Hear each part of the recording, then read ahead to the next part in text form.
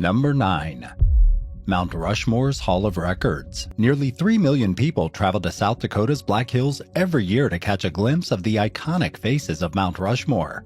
The imposing national memorial features the busts of former U.S. Presidents George Washington, Thomas Jefferson, Theodore Roosevelt, and Abraham Lincoln. Designed by American sculptor Gutzon Borglum, the 60-foot-high busts were chosen to represent America's birth, growth, development, and preservation. Borglum oversaw the project from 1927 until his death in 1941. He planned for the construction of an 80 by 100-foot room behind the faces. He called it the Hall of Records and envisioned it as a storage vault for documents and artifacts that tell the story of America's democratic history. They would be kept in bronze and glass cabinets. According to Borglum's vision, the Grand Hall would have a 20-foot entrance topped by a bronze eagle with a 38-foot wingspan.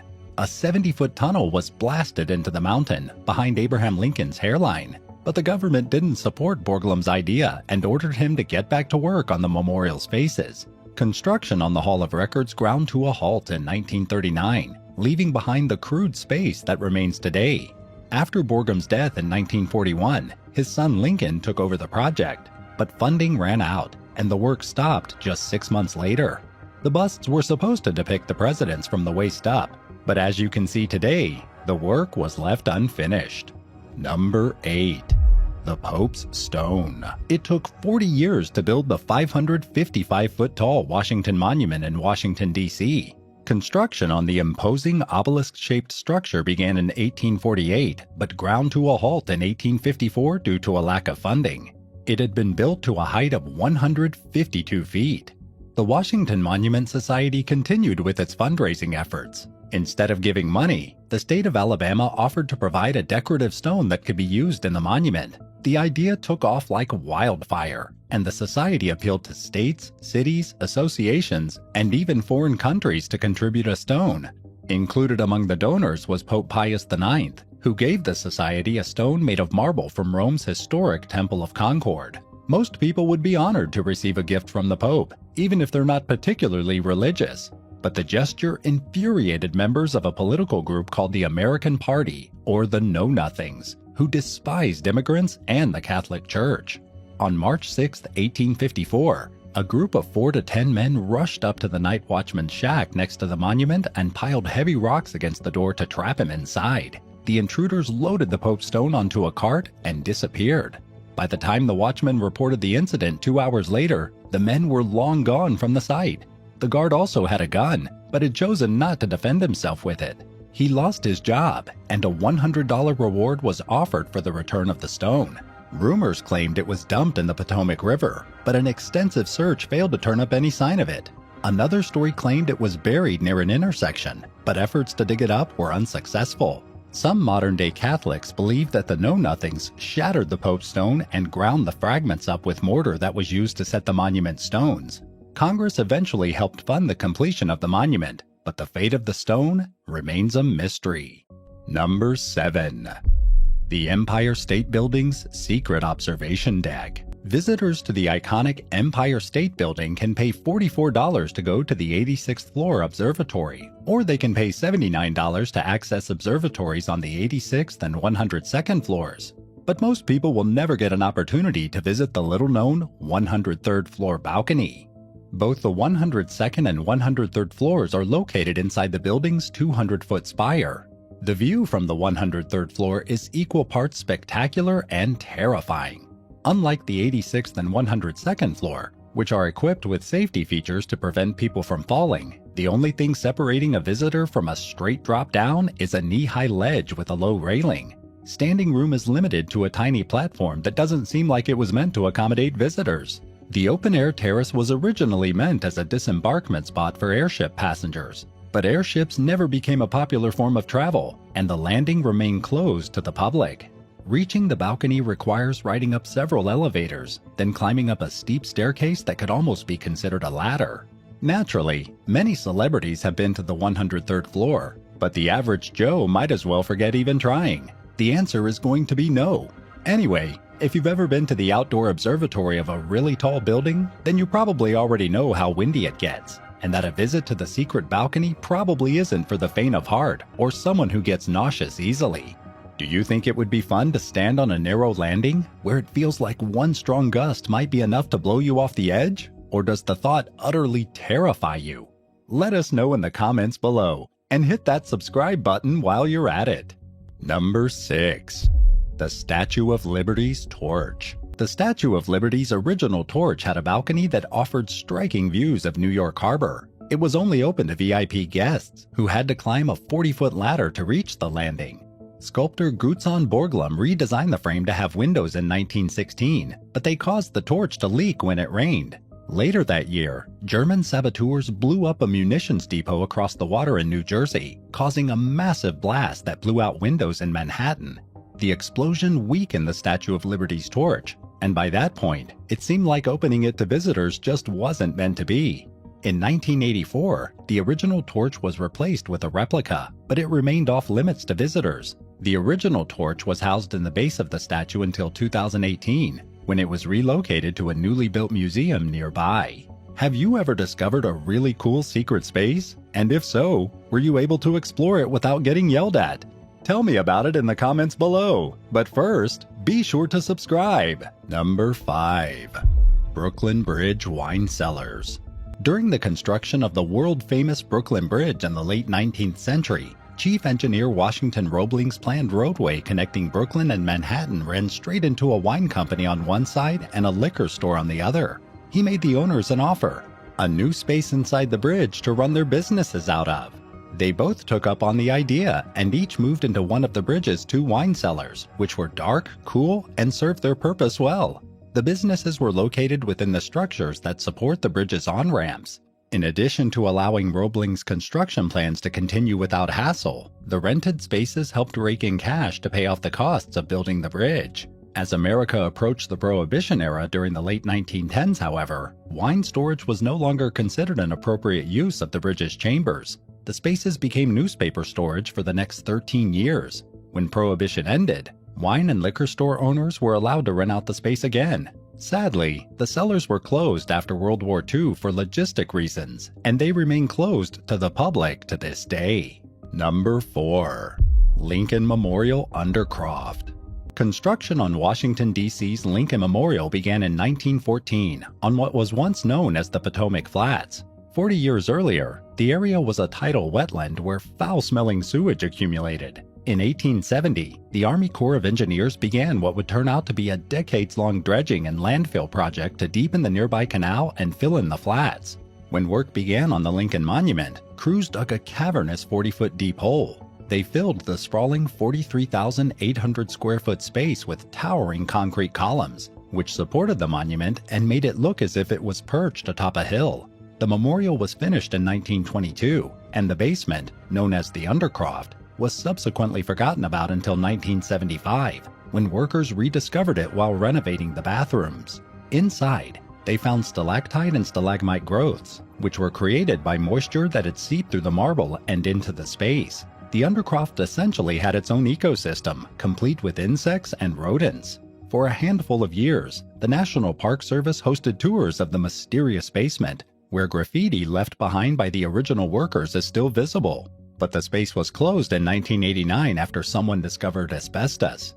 In March of 2023, the National Park Service announced that the Undercroft will be turned into a museum dedicated to the monument. Construction is slated to begin in 2023, and the NPS hopes to open the museum by 2026. Number 3. Kilroy was here. The World War II monument in Washington, D.C. has a lot going on all at once. It has 56 granite pillars to represent the U.S. states and territories, a pair of triumphal arches, which represent the Atlantic and Pacific theaters of the conflict, an oval plaza, a fountain, and landscaping. So it's easy to miss 2 engraved cartoons of a bald man, along with the words, "Kilroy was here." The Kilroy image could be described as a predecessor to the modern meme. There are numerous stories surrounding its origins, and it's unclear which, if any, are true. The drawing nevertheless became a long-running joke among American GIs, who drew Kilroy on walls and other surfaces in places where they were stationed and traveled to during the war. Kilroy made appearances in Japan, the Philippines, France, Italy, and probably elsewhere. Rumor has it that someone even drew the image in Joseph Stalin's personal bathroom at the Potsdam Conference, causing him to become confused and paranoid.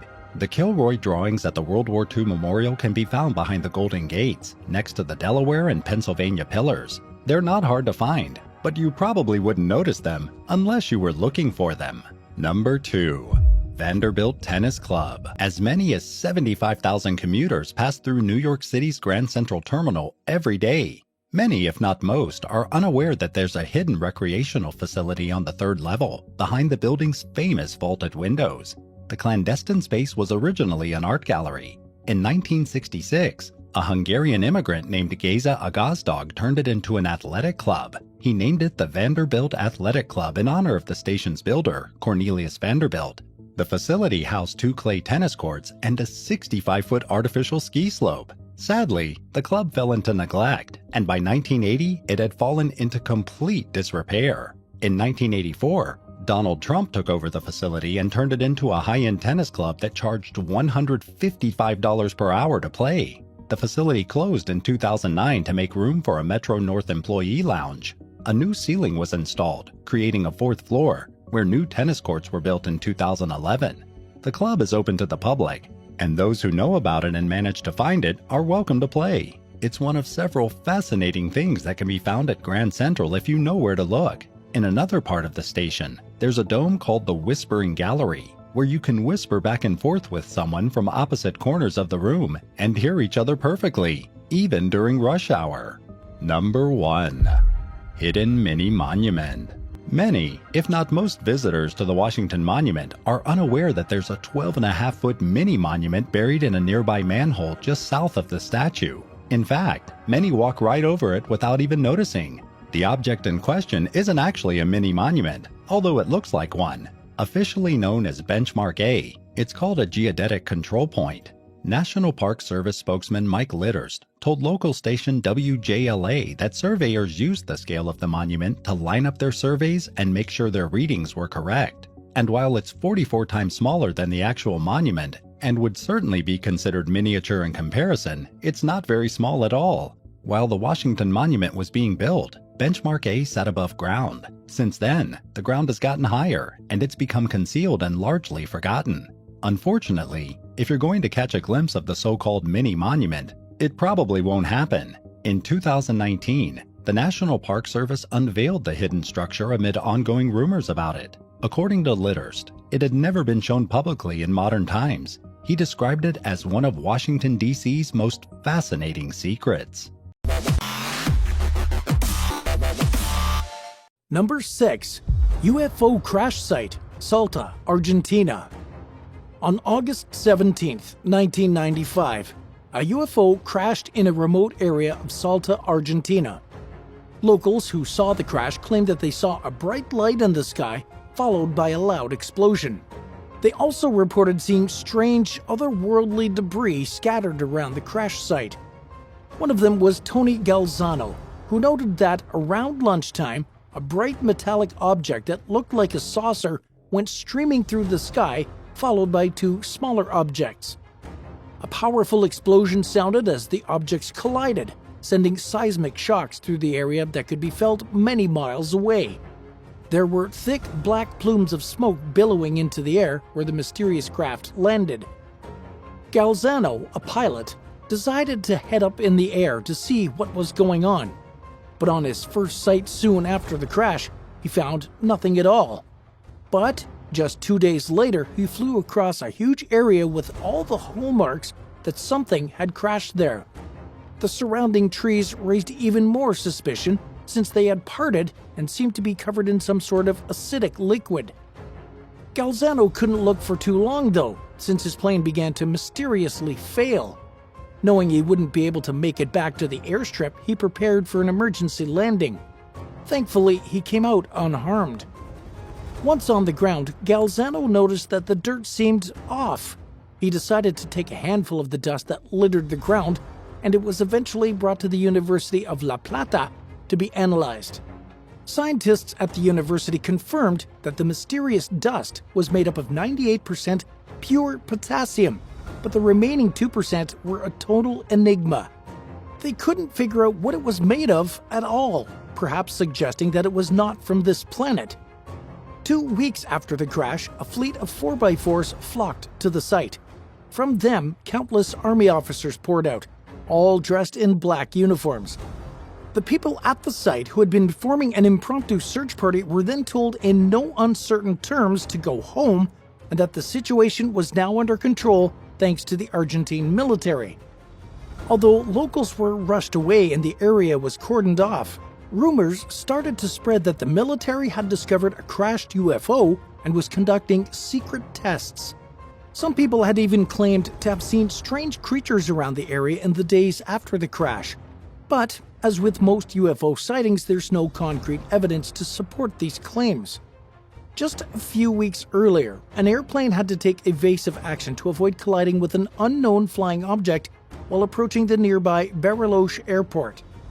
Some people have speculated that this incident may be connected to the UFO crash, suggesting that the military was already tracking the object and may have shot it down.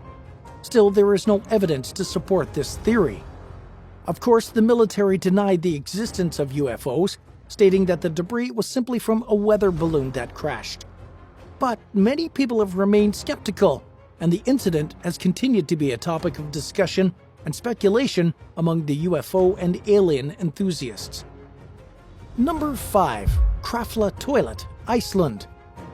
Have you ever had to use the bathroom in the middle of nowhere? Well, in Iceland, they've got you covered. One of the most spectacular restrooms is found near the geothermal Krafla station. An experiment was carried out there from 2009 to 2011 in an attempt to get heat directly from interacting with the subterranean magma which powers the whole station.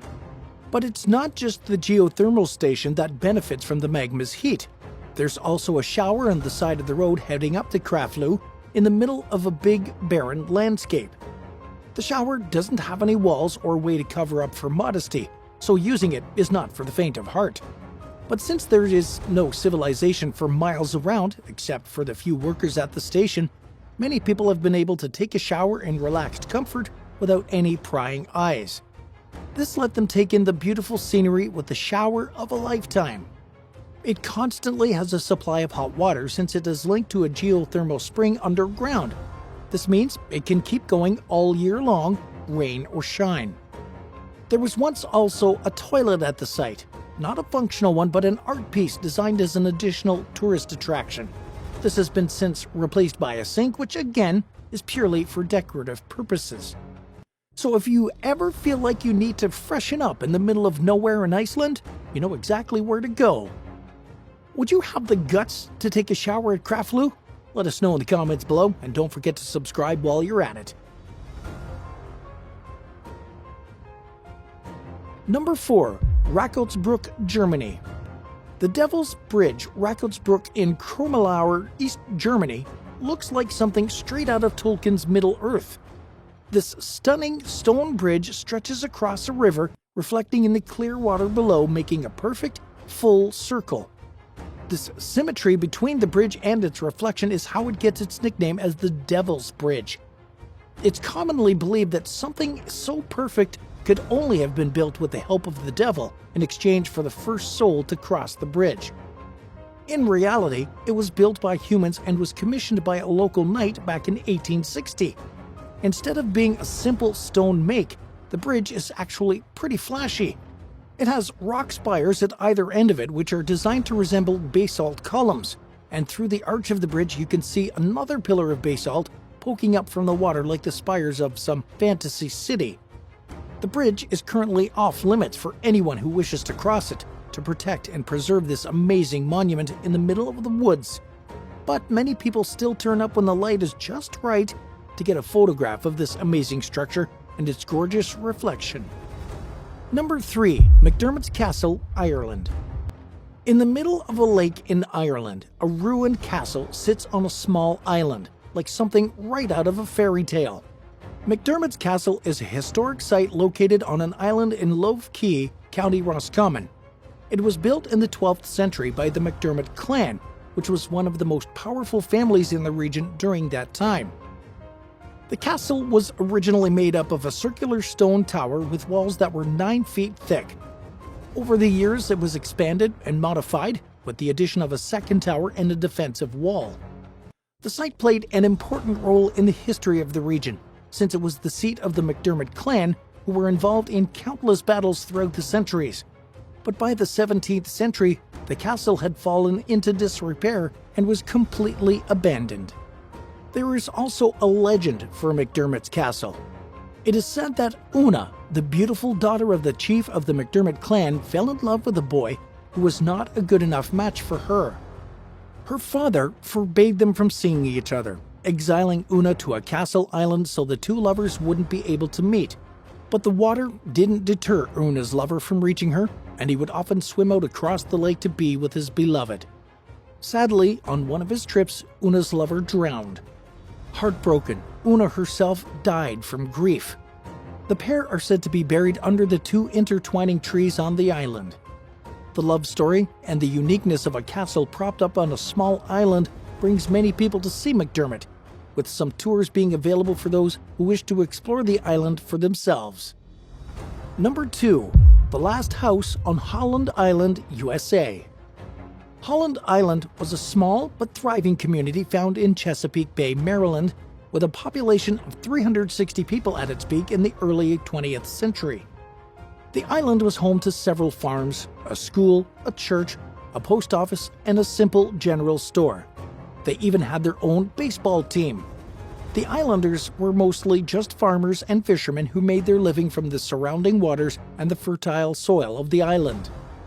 The island's architecture was typical for the Chesapeake Bay region, with many of the homes being built in a Victorian style. The Holland Island House, the last remaining home on the island, was the biggest one of the grandest buildings on the landmass and stood as a symbol of the island's prosperity and cultural heritage. They were also known for their wildlife, including a variety of birds and fish that were abundant in the surrounding waters. Visitors to the island could enjoy fishing, crabbing, and hunting, and Holland was a popular destination for vacationers looking to escape the hustle and bustle of city life. But instead of rock, Holland Island, like many others in the Chesapeake Bay, was composed of mud and silt. Over time, this started to wear away, helped in part by rising sea levels. Around 1914, Holland Island's coastline eroded considerably. Residents frantically attempted to save their island by importing stones to erect walls and, in some cases, sinking boats to delay erosion, but all efforts failed. Most citizens of Holland would be forced to destroy their homes and migrate to the mainland. Some stayed despite the risk, but when the chapel was destroyed by the rain and high winds during a tropical storm back in 1918, it was the tipping point for the last household to leave. A few stragglers lingered behind to harvest what they could from the remaining fishing season, but this came to a halt when the chapel finally closed its doors for good in 1922. Over the next few decades, more and more of the island wasted away until the only thing left was the Holland Island House. Built in 1888, the grand home didn't even have any land around it thanks to erosion, just looking like a floating home in the middle of the bay. The house survived several storms and hurricanes, but it was inevitable that it would someday slip beneath the waves. In an effort to save the island he grew up on, Stephen White, a minister and former waterman on Holland Island, purchased it for $70,000 in 1995. He spent over $150,000 over the next 15 years trying to save what was left, including bringing in rocks, sinking a barge, and trying to create levees and dams. But all of his effort was for nothing. Holland Island shrank even during the time White owned it, demonstrating that Mother Nature was an unstoppable force. In 2010, after becoming sick, White sold Holland Island, knowing he had little time left. He died that same year. A photographer named Dave Harp captured a series of photos of the Holland Island house on behalf of the new owners, the Concord Foundation. The photos quickly went viral and brought attention to the island's plight. Despite efforts to save the house, it eventually collapsed into the bay in 2012. Number 1. The Richat Structure, Mauritania. The Richat Structure, which is also known as the Eye of the Sahara or the Gulb Richat, is a geological formation found in West Africa's Mauritania Sahara Desert. It is a circular feature of stone with concentric rings that span approximately 28 miles in diameter. The fact that it's so large means that it can actually be seen from outer space. The site's visibility from the far reaches of our atmosphere made it a perfect landmark for early astronauts. Those on board the Gemini missions even used it as a way to help correct and calculate their launch trajectory while heading out on missions. The structure is now so far removed from civilization that it took until those Gemini missions in 1965 for us to even know it existed. Since the early photographs from the Gemini spacecraft, the Eye of the Sahara became a source of fascination for scientists and geologists around the world. The formation is characterized by rings of rock layers that have been uplifted and eroded over millions of years. The central area is made up of sedimentary rocks that are thought to be over 100 million years old, while the outer ring consists of younger rocks that were laid down during the late Cretaceous period. The older sedimentary rocks were put down over millions of years, and some of these rocks hold fossils of marine animals like ammonites and sea urchins. This suggests that the area was once covered by a shallow sea, which gradually shrank over time. The sedimentary rocks also show evidence of being deformed and uplifted, which may have been caused by tectonic plate activity or the movement of magma underneath the Earth's surface. The fact that the area was once underwater has led some people to theorize that the Richat structure may be somehow related to the lost city of Atlantis. This theory is based on the idea that Plato's description of Atlantis matched some of the characteristics of the unique structure with its circular shape and concentric rings. Although this is likely untrue, scientists are still not 100% sure how the Richat structure even formed. Some researchers initially believed it to be an impact crater caused by a meteorite strike, but further study has shown that it is more likely a natural geological formation that happened millions of years ago when the megacontinent of Pangaea started splitting apart. Despite this, the structure remains a fascinating feature of the desert landscape, attracting visitors and researchers from all around the world. Number 8. Montparnasse derailment. On October 22, 1895, the Granville-Paris Express sped straight through the buffer stop at the Gare Montparnasse terminal. The train driver was running 7 minutes behind schedule and was trying to make up for lost time, but he came into the station way too fast. They attempted to pull the train's air brake, but it was ineffective, and the locomotive ended up crashing through the station wall. At about 25 miles an hour, the train, 3 baggage cars, the coal car, and 10 passenger carriages barreled into the building. The station's concrete embankment and wooden buffers were completely destroyed in the process. But the train didn't just stop once it hit the thick wall. It kept going right off the balcony. The locomotive then landed on the Place des Rennes, a building right below the station. As crazy as it sounds, the accident only had one fatality, a newspaper seller named Marie-Augustine Aguilar.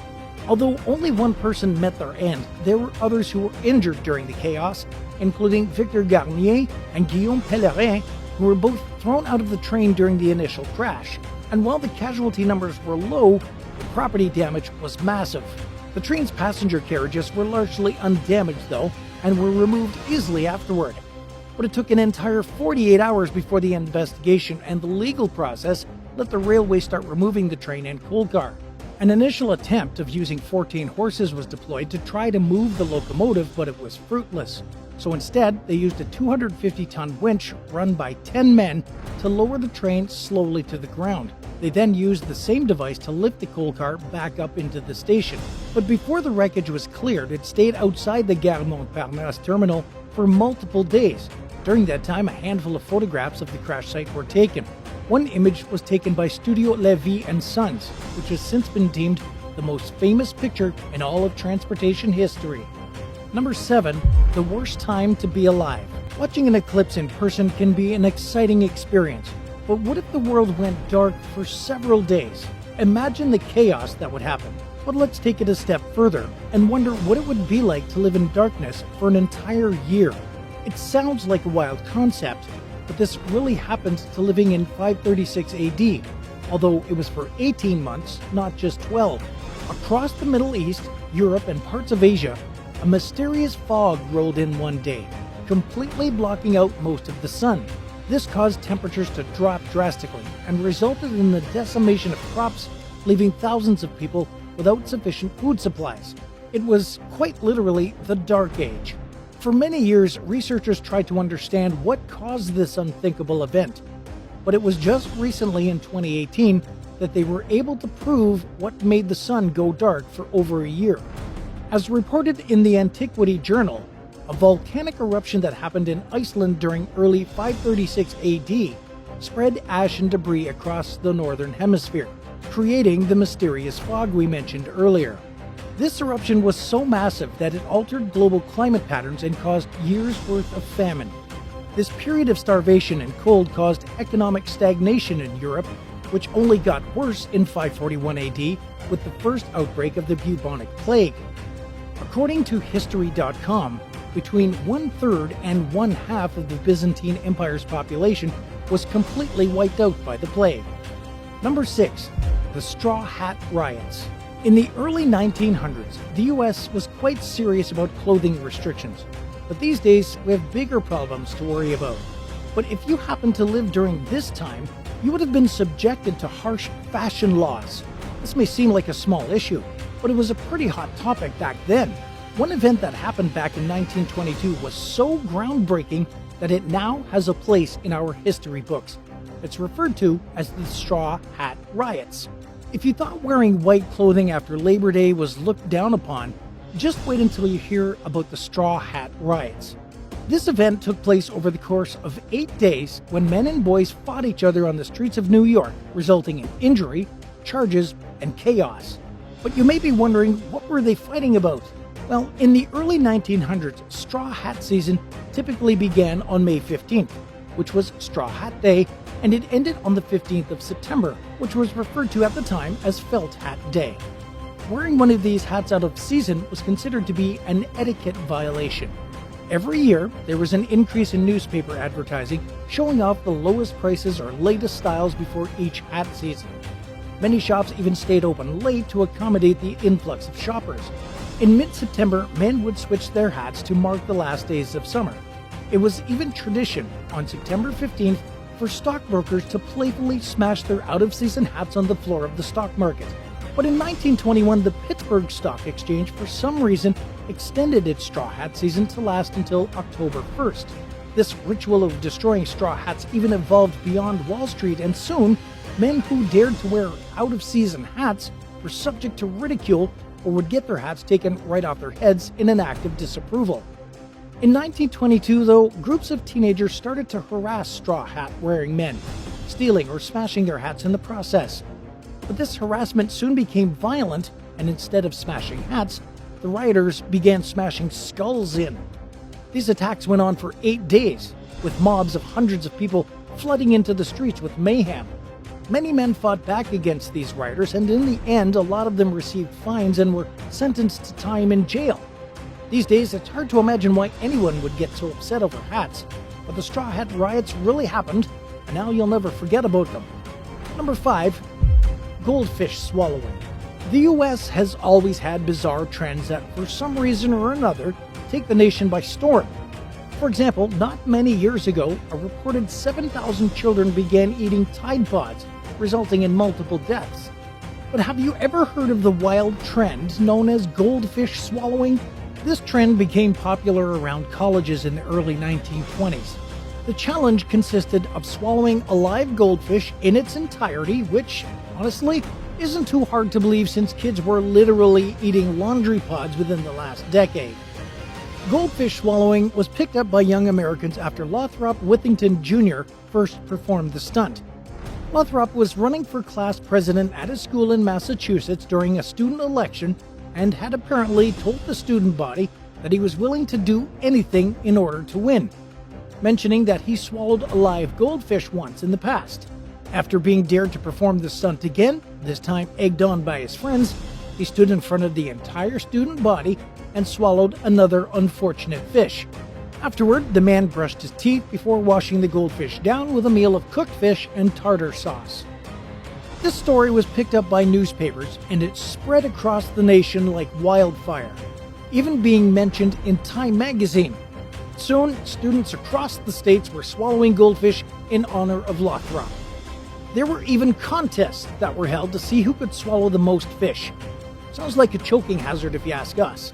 But unlike many trends that just die out on their own, this one required legislative action to stop. A ban was imposed by the Massachusetts legislature, backed by the Boston Animal League, and afterward, anyone caught swallowing a live goldfish had the potential to get arrested. Do you think you would swallow a goldfish if the trend was still alive? Let us know in the comments below and subscribe while you're there. Number 4. Pole sitting. In another strange trend that tore through the US, people started sitting on the tops of poles for extended periods of time. This quickly became known as a way to test endurance. This was a fad that gained popularity once again in the 1920s. Around the same time, people were swallowing fish for sport. Pole sitting was initiated by a former sailor and stunt actor, Alvin Shipwreck Kelly, who performed the feat as a publicity stunt or a dare. The man's first pole sit happened back in 1924 and lasted 13 hours and 13 minutes. But the act was soon picked up by others and it became a widespread trend. In 1929, Alvin Shipwreck Kelly performed the stunt yet again, this time lasting a whopping 49 days on a flagpole in Atlantic City, New Jersey. This record was beaten though by a man named Bill Henfield the next year in Strawberry Point, Iowa, when he sat on a pole for 51 days and 20 hours straight. He would have lasted longer, but a thunderstorm apparently forced him to get down. Pole sitting was mostly restricted to the 1920s, but there were a few who tried holding the record in the years that came after the Great Depression. The current record for time spent on a pole is held by H. David Werder, who, in a protest against the high prices of gasoline, decided to spend 439 days on a pole from November 1982 to January 21st, 1984. Number 3. Alcohol poisoning. The government doesn't always want the best for us. This was clear in 1926, when the U.S. federal government decided to increase the amount of methanol required to make industrial alcohols. At the time, people in the states were making their own bootleg liquor using methanol in a stand against prohibition. But legally preventing the manufacture, transportation, and sale of alcoholic beverages didn't go over well with Americans. So in another effort to discourage citizens from drinking, the government basically poisoned anyone who disobeyed the rules.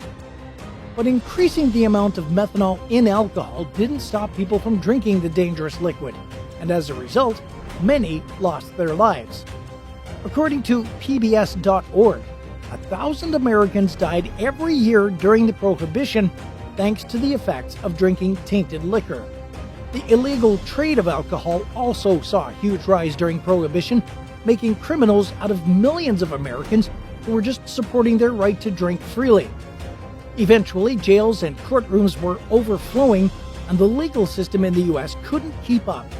So the judicial system used plea bargains to clear hundreds of cases, making it common practice in American courtrooms for the first time. And although enforcing Prohibition was a mistake, it wasn't officially repealed until December 5th, 1933. Number 2. Bizarre proposal. In 1973, while speaking to top envoy Henry Kissinger, Mao Zedong made a proposal to send a whopping 10 million Chinese women to the United States, according to documents that were released by the U.S. State Department. The dictator apparently said that he thought such a large immigration could kickstart bilateral trade, but at the same time, it also had the potential to harm the U.S. with a population explosion, similar to Zedong's home country. This is all based on documents that covered ties between the U.S. and China from 1973 to 1976. During a long conversation that went deep into the night at Zedong's residence on the 17th of February 1973, the cigar-smoking dictator spoke about the dismal trade happening between the two countries and how he wanted to improve it. Zedong even referred to China as a very poor country, but said what they did have was an abundance of women. He initially suggested sending thousands of Chinese ladies to the U.S. After thinking carefully about his words, he increased his proposal to 10 million. This insane number was taken as a joke by others at the meeting, including Chinese Prime Minister Zhou Enlai. Kissinger, who at the time was serving as President Nixon's national security advisor, told Zedong that the US had no tariffs or quotas for Chinese women, which was met by laughter from the group. Kissinger then tried to change the subject and highlighted the growing threat posed by superpowers like the Soviet Union, but Zedong quickly switched the conversation back to his country's surplus of women. Of course, Mao Zedong's proposition was never taken seriously, but this is definitely a wild story, one that many people have never heard of. And at number 1, Unsinkable Sam. Did you know that a cat served in World War II? Its name was Oscar, but he soon became known as Unsinkable Sam. The feline started out as a simple ship cat, owned by a crewman who worked on a German battleship called the Bismarck. Oscar was on board the ship on May 18, 1941, when it set sail to carry out Operation Rheinübung, Bismarck's first and only mission. The ship was sunk, though, after engaging in a fierce naval battle on May 27, resulting in the deaths of almost 2,000 people. But miraculously, Oscar was discovered floating on a board in the water several hours later and was picked up by a British destroyer called the HMS Cossack.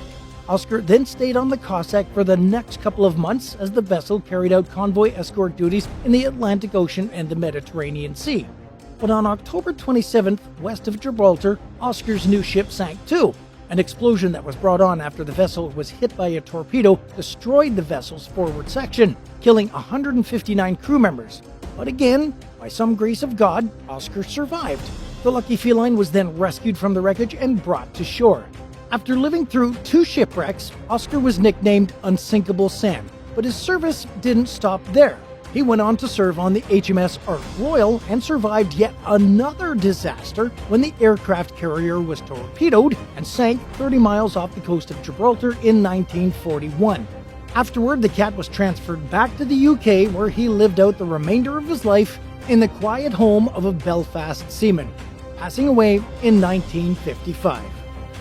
Would you rather be in the room for the lassoing of President Eisenhower or see the Montparnasse train derailment of 1895?